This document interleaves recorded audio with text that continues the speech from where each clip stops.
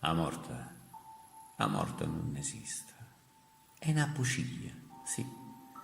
È una bugia, una scusa per nascondere la vita prima e dopo. La gente non vuole parlare di sto tapasso. Guagliò, parla un'altra cosa.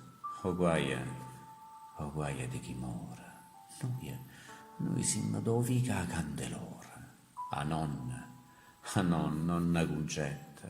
Ti ricorda? Io ma sono spissa, ma non parla. Mi fissa. E calla la capa. E guarda in terra.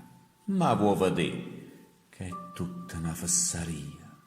La morte non esiste. È una bugia.